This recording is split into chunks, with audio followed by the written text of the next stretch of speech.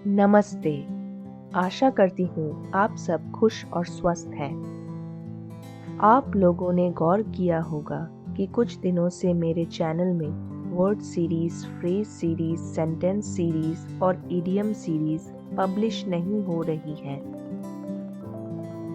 इसका रीज़न ये है कि मेरे चैनल में पब्लिश होने वाली स्टोरी सीरीज और मॉर्निंग टू नाइट सीरीज में ये सारे सेगमेंट्स कवर हो जाते हैं।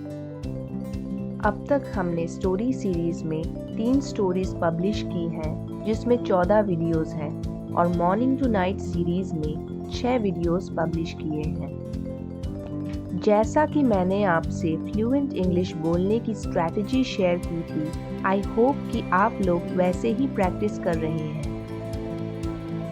अगर आप मेरे चैनल में नए हैं तो इंग्लिश का कड़वा सच वीडियो को ज़रूर देखें। आपको उस वीडियो में पूरी स्ट्रैटेजी मिल जाएगी। वीडियो का लिंक मैंने डिस्क्रिप्शन में डाल दिया है। अच्छा, एक और बात, आपने ये भी गौर किया होगा कि मेरे वीडियोस में जो हिंदी सेंटेंसेस होते हैं उनको जब मैं इंग्लिश में बोलती हूँ तब ट्रांसलेशन थोड़ा अलग होता है। ऐसा क्यों? इसको समझने के लिए मैं आपके लिए एक एग्जाम्पल पेश करना चाहती हूँ। लातों के भूत बातों से नहीं मानते, इसको हम इंग्लिश में क्या कहेंगे? Ghosts of kicks do not agree with words।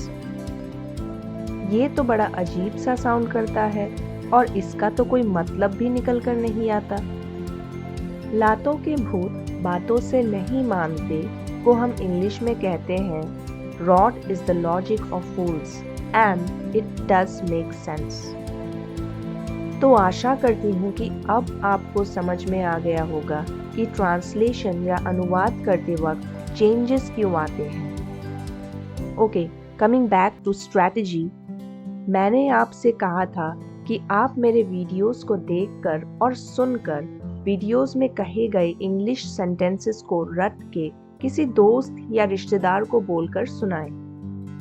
अब आप कहेंगे कि किसके पास इतना टाइम है कि वो बैठकर मेरी इंग्लिश प्रैक्टिस सुनेगा।